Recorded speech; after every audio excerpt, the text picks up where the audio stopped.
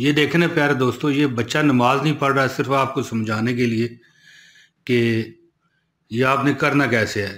یعنی آپ نے نماز نہیں پڑھنی، آپ نے جو ہے نا طریقہ کار آپ کو بتانے لگا ہوں کہ آپ نے بیٹھنا کیسے ہے جب آپ یہ آیت پڑھ رہے ہوں گے۔ اعوذ باللہ من الشیطان الرجیم، بسم اللہ الرحمن الرحیم۔ السلام علیکم ورحمۃ اللہ وبرکاتہ۔ پیارے دوستو، بھائیو بہنوں، بزرگوں، امید ہے اللہ تعالیٰ کی برگاہ سے کہ آپ خوش و خرم ہوں گے۔ کوئی پریشانی ہے تو میں ایک ایسا زبردست وظیفہ آپ کو بتانے لگا ہوں کہ آپ تھوڑا ڈیمو دیکھ بھی چکے ہوں گے، لیکن تھوڑا صبر رکھیے، ویڈیو آپ پوری دیکھ گئے نا تو انشاءاللہ اللہ آپ پر کرم کرے گا۔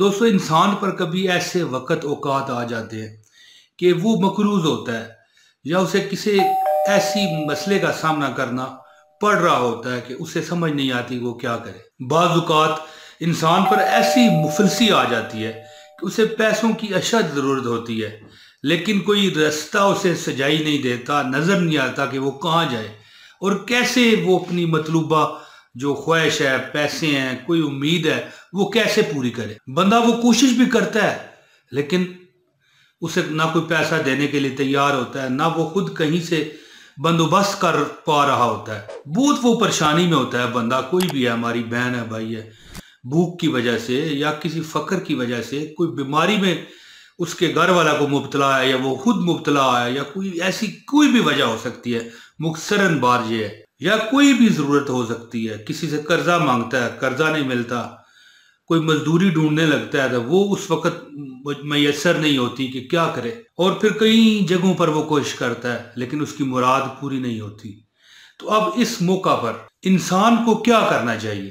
دوستو یاد رکھیے کہ اللہ تبارک و تعالیٰ نے قرآن حکیم میں ایک آیت نازل فرمائی ہے، ایک آیت درج کی ہوئی ہے جو کہ انسانوں کی فتح کے لیے ہی دنیا میں قرآن کے ذریعے نبی مکرم صلی اللہ علیہ وآلہ وسلم کے وسیلے سے اس دنیا میں بھیجی گئی ہے۔ اس کا مقصد ہے کہ جو اللہ تعالیٰ پر ایمان رکھتے ہیں ان کی فتح ہو جائے۔ اب وہ فتح کسی بھی صورت میں ہو سکتی ہے، دشمن سے نجات چاہنی ہو تب بھی، یا فقر و فاقہ میں، غریبی میں، بھوک میں مبتلا ہے، بیماری میں مبتلا ہے، اس کے لیے اس کے پاس پیسے ارینج نہیں ہو پا رہے تو اس کے لیے۔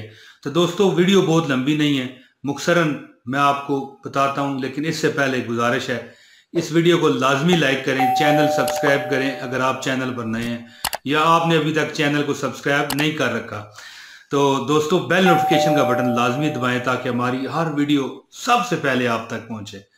تو دوستو آپ نے کرنا کیا ہے، میں ایگزامپل کے طور پر یہ بچے کو نماز پڑھتا ہوا آپ کو دکھا رہا ہوں کہ آپ نے کرنا کیا ہے، ذرا غور سے دیکھیے گا۔ یہ دیکھیں نا پیارے دوستو، یہ بچہ نماز نہیں پڑھ رہا ہے صرف آپ کو سمجھانے کے لیے کہ یہ آپ نے کرنا کیسے ہے۔ یعنی آپ نے نماز نہیں پڑھنی، آپ نے جو ہے نا طریقہ کار آپ کو بتانے لگا ہوں کہ آپ نے بیٹھنا کیسے ہے جب آپ یہ آیت پڑھ رہے ہوں گے۔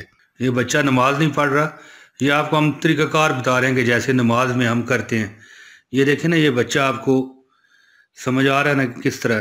یہ دیکھیں نا، آپ نے جو کرنا ہے نا کام وہ آپ سمجھنے کی کوشش کریں کہ میں آپ کو بتانا کیا چاہتا ہوں۔